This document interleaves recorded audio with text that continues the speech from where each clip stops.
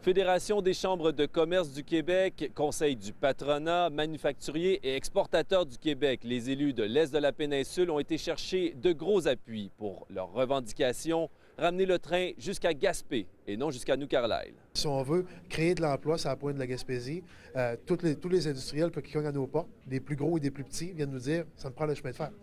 Ça me prend le chemin de fer. C'est essentiel. Il est clair pour nous que des infrastructures adéquates, des infrastructures de qualité représentent un maillon essentiel à la création de richesses, évidemment partout au Québec, mais particulièrement dans les régions plus éloignées.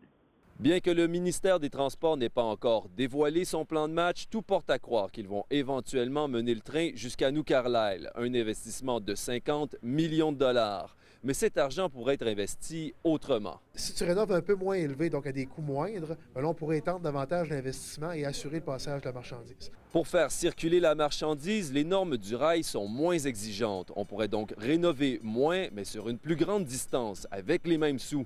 Les élus proposent de mettre sur la glace le projet de train de passagers et permettre l'essor économique de la Gaspésie. Dans la dernière année, de nombreux industriels se sont montrés intéressés par le rail.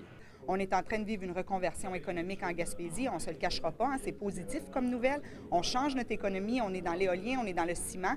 Maintenant, on a besoin des infrastructures de transport qui vont pouvoir porter l'économie encore plus loin pour la région. Si on veut pouvoir attirer et maintenir des promoteurs industriels, c'est certain que ce type de projet mérite un examen attentif de la part du gouvernement. C'est notre position. L'étude de Canarail, la dernière entre les mains du MTQ pour décider que faire avec le rail en Gaspésie, ne compte pas ses nouveaux partenaires industriels. Le milieu s'inquiète que ces nouveaux venus ne plient bagages et prennent, faute de train, la route 132 vers de nouvelles opportunités. Alexandre Courtemanche, Gaspé.